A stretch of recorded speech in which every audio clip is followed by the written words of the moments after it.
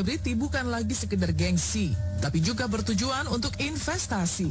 Tapi niat baik untuk melipat gandakan uang lewat koleksi tas-tas mewah justru membawa Kartika Putri bersinggungan dengan petugas pajak. Buntut sederet koleksi tas mewah bernilai fantastis milik istri Habib Usman ini tersorot kamera.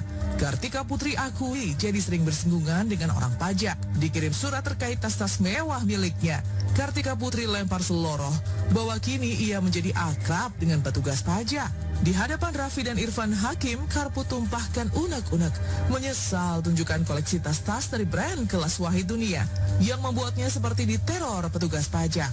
Tapi jika memang membayar pajak, Kartika Putri seharusnya tak perlu risih sama sekali terkait kepemilikan tas-tas berharga selangit tersebut. Sosial media isinya itu Kartika Putri. Enggak, itu gara-gara Afi sama ini kangen main ke rumah. Besok ngomong lagi ya. Kenapa gara-gara kita sih? Enggak, perasaan yang main ke rumah. Yang main ke situ biasa-biasa aja, lu berdua yang main, gua rame jadinya.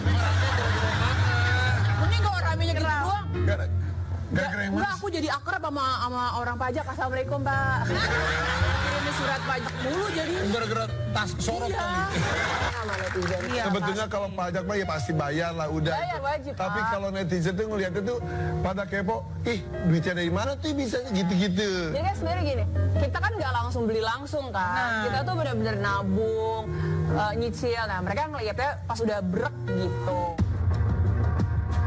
Saat disambangi Irfan Hakim, Po Alpa dan Raffi Ahmad ke kediaman megahnya, Kartika Putri perlihatkan sebuah ruangan berisi koleksi pribadi. Bukan satu atau dua, terpajang banyak tas bernilai tinggi. Harganya bukan main, bisa membeli sepeda motor, bahkan mobil secara tunai. Menariknya lagi, dari sekian banyak tas tersebut, Kartika Putri mengaku hanya 2 tas saja yang dibeli dengan uang sendiri. Selebihnya, tas-tas mewah itu adalah hadiah dari sang suami Habib Usman yang selama ini dikenal luas sebagai salah satu pendakwah kondang.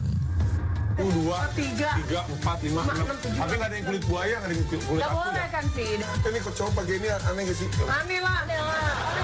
Aku nikah tuh cuma punya 2 tas yang aku beli sendiri. Ini beli nama Habib. Iya, aku Kayak juga Habib. Iya, beli sama ini. Semua dibeli Habib. Sebelum nikah tuh aku benar-benar orang yang nggak pernah beli. Udah semua dibeli Habib. Semua dibeliin Habib. Jadi alhamdulillahnya dulu waktu kerja, kenapa dari aku umur 15 tahun hasil kerja itu masih utuh sampai pada saat menikah? Karena aku pada saat sebelum menikah, sampai sebelum menikah aku masih dinafkahin sama orang tua. Gitu. Jadi Gitu sampai sebelum menikah. sampai sebelum menikah tuh aku masih dinafkahin sama orang tua gitu. Jadi alhamdulillah. Habib juga tuh sebenarnya di luar berdakwah beliau juga bisnis, pedagang juga. Tapi kan memang kita nggak, aku tuh bukan tipe orang yang Gembar-gembor. mengeksplor segala kehidupan pribadi kita gitu. Di permukaan, Habib Usman barangkali hanya dikenal sebagai penceramah. Tapi di balik layar, Kartika Putri mengaku sang suami punya bisnis untuk memutar roda ekonomi keluarga. Dan Kartika Putri juga menegaskan bahwa koleksi tas mewah ini bukan untuk menunjukkan strata sosial, tapi menjadi bekal investasi yang nilainya bisa berkali-kali lipat lebih tinggi di kemudian hari.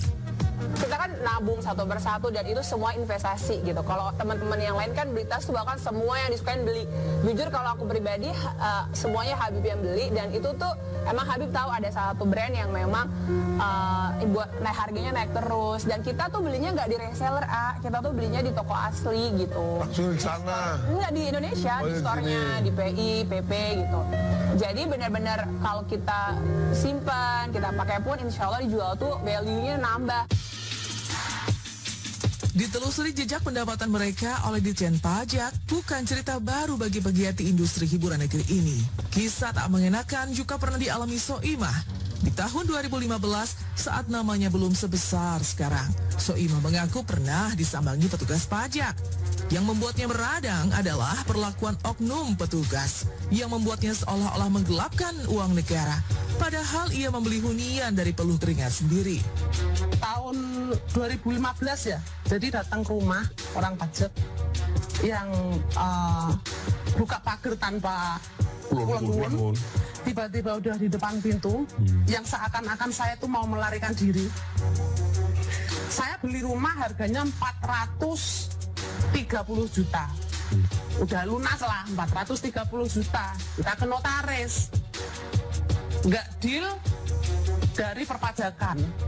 Karena nggak percaya, rumah di situ NJOB-nya harganya ya. 650 Iya, juta. NJOB-nya. Menurut pajak. orang BPN, orang pajak. Loh, tapi kan waktu mungkin 430, jadi dikira saya menurunkan harga. Padahal di dilane ono, notane ono. Nggak mungkin sok imah kok tuku omah kok harga 430 juta. Lah emang ada ukurannya seimah harus beli rumah harga berapa miliar gitu. Mending berapa ratus miliar biar aku didatengin orang pajak lagi deh. Aminin aja ya. Aminin aja. Ini kayaknya habis ini orang pajak datang ke rumah. Mendingan klarifikasi itu aminin saja, semakin banyak pemberi. Amin. Berderet nama yang kemudian pernah disambangi petugas pajak. Selain Soimah, kediaman Sultan Andara juga pernah didatangi petugas pajak. Berderet mobil mewah milik Raffi Ahmad jadi alasan petugas untuk menelusuri soal pajak yang harus dibayarkan pada negara. Peristiwa rumah Raffi disambangi petugas pajak sempat membuat geger publik di tahun 2017 silam. Selagi mampu, punya barang mewah tak jadi soal. Selama tak ditujukan untuk pamer belaka, maka tidak ada salahnya. Jika taat membayar pajak, maka tentu tak ada pula yang perlu ditakutkan.